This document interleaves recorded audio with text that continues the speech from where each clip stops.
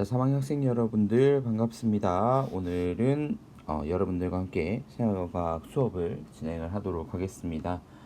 현재 여러분들 이제 사실 요약한 강의만 올라가고 있었는데 오늘 같은 경우에는 여러분들 9월 6일 월요일 수업을 온라인 수업으로 대체를 하게 되었습니다.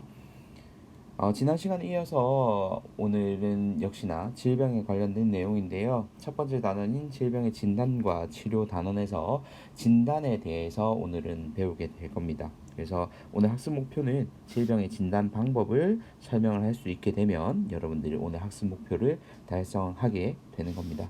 여러분들 교과서는 16페이지에서부터 18페이지까지의 내용이니까요. 오늘 집중해서 수업을 들어주시기를 바랍니다. 그리고 절대로 태풍이 지나가고 나서 안정이 될 때까지는 절대 외출을 하지 않도록 여러분들 반드시 이 점 유의해 주시기 바라고요. 오늘 마지막에는 과제가 여러분들한테 제공이 될 거니까요. 그 과제는 반드시 여러분들이 수행을 한 다음에 다음 카페 학교 카페에 들어가서 여러분들 3학년 2반 게시판에 업로드 해 주시기를 바랍니다. 자, 그러면 이제 본격적으로 오늘 수업 내용 확인을 해보도록 하겠습니다. 자, 교과서는 16페이지 준비해 주세요. 자, 질병을 진단하는 방법에 대해서 배울 건데요. 지난 시간 같은 경우에는 이제 질병의 종류들에 대해서 조금 얘기를 했다면 오늘 같은 경우에는 이러한 질병들을 어떻게 찾아내는가에 집중을 한다라고 생각을 하시면 되겠습니다. 우리가 이제 질병이 의심이 되거나 아니면 질병이 진행 중인 상태 혹은 자신의 현재 건강 상태를 확인하기 위해서는 이제 병원에 가서 우리 몸의 상태를 확인을 받는 거죠. 그 확인받는 과정을 진단이라고 얘기를 할 수 있습니다. 근데 이 진단하는 방법에는 다양한 종류가 있는데요. 지금 선생님이 여러분들한테 보여주고 있는 네 가지가 일단 크게 네 가지로 이렇게 분류를 할 수 있을 것 같아요. 문진, 촉진, 그리고 물리적 방법과 화학적 방법, 이제 이렇게 네 가지로 나눌 건데요. 물리적 진단 방법과 생화학적 진단 방법 같은 경우에는 좀 그 안에 세부적으로 여러분들이 확인해야 될 것들이 많기 때문에 먼저 문진과 촉진만 간단하게 이 페이지에서는 정리를 하고 지나가도록 하겠습니다. 먼저 문진은 여러분들 혹시 문진표라는 걸 작성해 봤는지는 모르겠어요. 여러분들이 그 기억을 더듬어 보면 고등학교 1학년 때 여러분들이 이제 건강 검진을 받게 되는데요. 그때 문진표를 작성했습니다. 그때 작성하는 이 문진표 내용들이 여러분들에 대한 질병의 진행 혹은 신체 부위 이상 유무를 질문을 통해서 확인을 하는 방식이에요. 그래서 의사가 환자에게 질문해서 질병의 진행 혹은 신체 부위 이상 유무를 확인하는 과정을 우리는 문진이라고 얘기를 하고요. 자, 그리고 촉진 같은 경우에는 이제 의사가 환자의 몸을 직접 만져가면서 상태를 진단하는 과정을 우리는 촉진이라고 얘기를 합니다.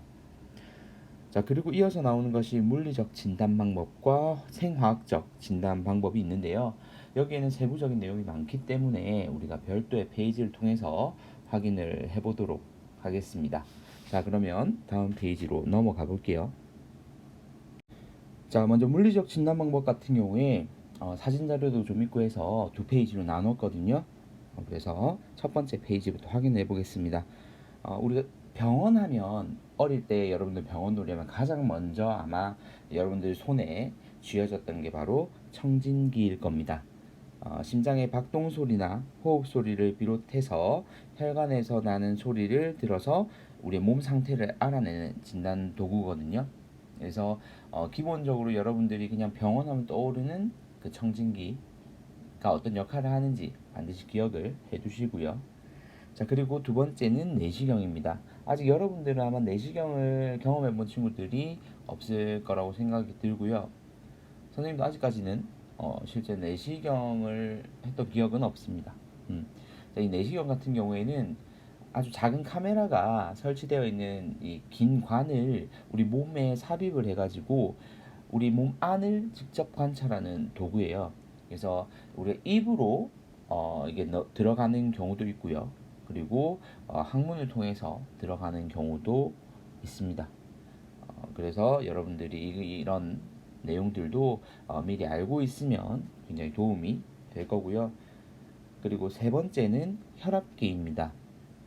자, 요즘은 사실 스마트워치를 통해서 혈압을 측정하는 기능들도 활성화가 얼마 전에 이제 허용이 돼서 활성화가 되고 있는데요.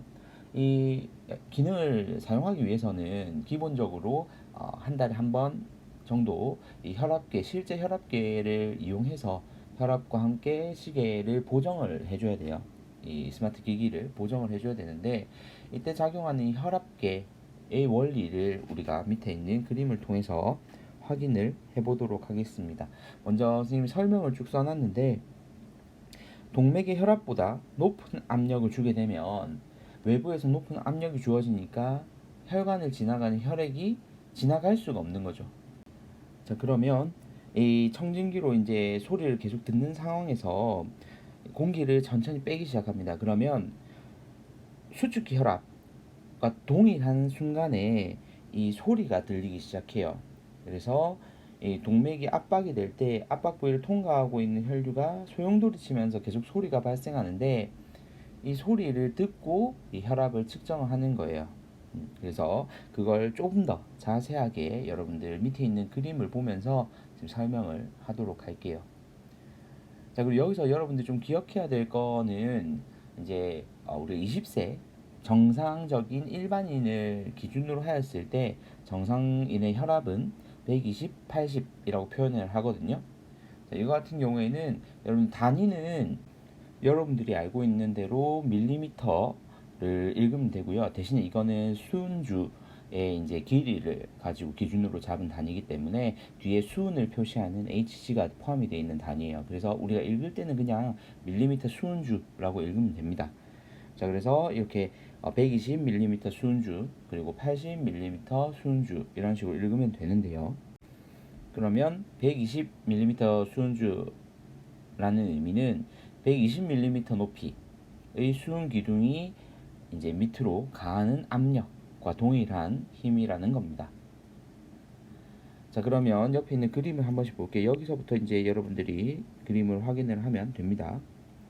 자, 이렇게 팔에 고무띠를 감죠. 감은 다음에 공기를 계속해서 눌러서 채워 넣습니다. 자, 그러면 이 띠의 압력이 120보다 높아지면 혈관을 누르게 되겠죠. 이 혈관을 누르게 되면 이때 혈액이 흐르지 않게 됩니다.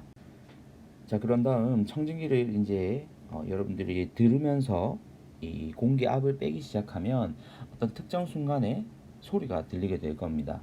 이때 혈액이 흐르기 시작할 때 나는 소리인데요. 이게 바로 이 수축기 혈압이 되는 겁니다. 이 수축기 혈압과 같아질 때 혈액이 이제 통과를 하기 시작하면서 소리를 내게 되는 거죠. 그래서 수축기 혈압을 측정할 수가 있고요. 자, 그리고 이제 띠에서 점점 이제 공기를 빼고 있으니까 압력이 이제 낮아지는데 어떤 특정 순간부터는 다시 소리가 들리지 않습니다. 자, 그러면 이제 막히는 일이 없는 거죠. 외부 압력에 의해서 얘가 어느 정도 방해를 받았을 때는 소리가 들렸는데 막힐 일이 없으니까 소리가 들리지 않는다는 겁니다. 그래서 이때를 우리는 심장의 이완기 때 동맥에 남아있는 이완기 혈압에 해당하는 값이고요. 이때 값을 읽으면 됩니다. 그래서 여기 그림상으로는 우리가 혈압이 정상인 사람의 혈압을 측정하고 있기 때문에 120과 80이 나타나는 거죠. 이렇게 이런 방식으로 여러분들이 혈압을 측정해서 뭐 고혈압과 저혈압 이런 기준에 따라서 우리가 판단을 진단을 하는 거죠. 이게 바로 혈압계고요. 다음 페이지로 넘어가 보겠습니다. 자, 물리적 진단 방법 이어서 네 번째는요, CT인데요. 여러분들도 뭐 드라마나 영화를 통해서도 CT 촬영이라는 말은 들어봤을 거라고 생각이 들어요. 컴퓨터를 이용한 단층 촬영을 얘기를 하는데요. 인체의 한 단면 주위를 돌아가면서 이렇게 여러 방향에서 X선을 쏘아가지고 여기서 반사되거나 투과된 정보들을 얻어가지고 이걸 영상으로 표현하는 장치를 CT 촬영이라고 얘기를 하고요. 그리고 다섯 번째는 MRI, 자기공명 영상 장치를 얘기를 하는 거죠. 이 강력한 자기장 속에서 고주파를 쏘았을 때 발생하게 되는 이 신호를 모아가지고 조직의 단면을 영상으로 표현하는 장치입니다. 그래서 큰 원형의 통 안에 사람이 들어가서 이 촬영을 하는 경우를 여러분들도 아마 봤을 거라고 생각이 들어요. 자, 그리고 PET 양전자 단층 촬영인데요. 방사성 원소를 환자 몸에 넣게 됩니다. 넣고 이 원소에서는 그런 방사성 원소이기 때문에 감마선을 방출을 하겠죠. 그러면 이 감마선을 검출해서 영상으로 나타내는 기술을 PET라고 얘기를 합니다. 자, 마지막으로는 초음파 검사인데요. 초음파를 이용해서 인체 내부를 영상으로 변화를 시키는 거죠. 그래서 밑에 원리를 그림으로 나타내 두었는데요. 여러분들 교과서에도 있습니다. 자, 이 장치에서 초음파를 발사를 하게 되면 물체에 닿고 다시 반사돼서 정보를 전달하겠죠. 그러면 이 반사된 초음파를 다시 전기적 신호로 전환을 한 다음에 이걸 영상 장치에서 영상으로서 표현하는 장치가 바로 초음파 검사를 통해서 얻어내는 정보입니다. 자, 이런 식으로 장치를 이용해서 물리적 방법으로 진단을 할 수 있는 방법들이 있고요. 자, 다음에 다룰 내용은 생화학적 진단 방법입니다. 한번 어떤 종류가 있는지 확인을 해보도록 하겠습니다. 자, 생화학적 진단 방법은 크게는 두 가지로 우리가 볼 수 있을 건데요. 혈액 검사와 소변 검사입니다. 자, 혈액 검사 같은 경우에는 혈액 속에 들어있는 혈구와 혈장 성분의 수치를 우리가 이미 데이터를 통해서 가지고 있는 표준치와 비교를 해서 질병의 여부를 확인하는 방법을 혈액 검사라고 얘기합니다. 자, 이때 혈구하고 혈장 검사를 나눠서 우리가 볼 수 있을 건데요. 혈구 검사의 경우에 적혈구 수가 만약에 평균보다 작다, 그럼 우리가 빈혈로 진단을 할 수가 있고요. 그리고 백혈구 수가 정상인보다 좀 수치가 높다, 그러면 이 사람의 몸에는 염증 반응이 있구나 라고 우리가 진단을 할 수 있습니다. 그리고 혈소판의 수가 만약에 적은 경우에는 우리가 혈액 응고에 이상이 생길 수 있다라는 것을 진단할 수 있고요. 우리 혈장 검사는 혈장 안에 포함되어 있는 물질을 확인하는 건데, 예를 들어서 이 안에 혈당량을 확인했을 경우에는 당뇨병을 진단할 수도 있고요. 그리고 효소라든지 호르몬 등의 수치도 이 혈장 속에서 확인할 수 있습니다. 그 이유는 여러분들 생명과학 1에서 배운 내용처럼 우리 몸에서 혈액을 통해서 호르몬이 전달되기 때문에 우리 이 부분은 반드시 좀 기억을 하고 있었으면 좋겠습니다. 자, 그리고 마지막으로 소변 검사가 있는데요. 이미 여러분들 해봤을 겁니다. 안 해본 친구들은 없을 건데요. 요 검사지라고 하는 그 작은 막대기 같은 검사지가 있죠. 여기에 이제 소변을 묻혀가지고 나타나는 색을 관찰하거나 소변 속에 포함되어 있는 성분을 분리해가지고 농도를 측정해가지고 이 사람의 몸 안에서 어떤 질병이 있는지를 진단하는 방법이 소변 검사입니다. 이렇게 여러분들 크게는 네 가지 진단 방법을 배웠거든요.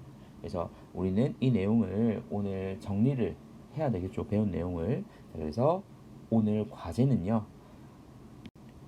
자, 오늘 배운 질병 진단 방법을 노트에 정리해서 여러분들이 학교 다음 카페에 업로드 해주면 되겠습니다.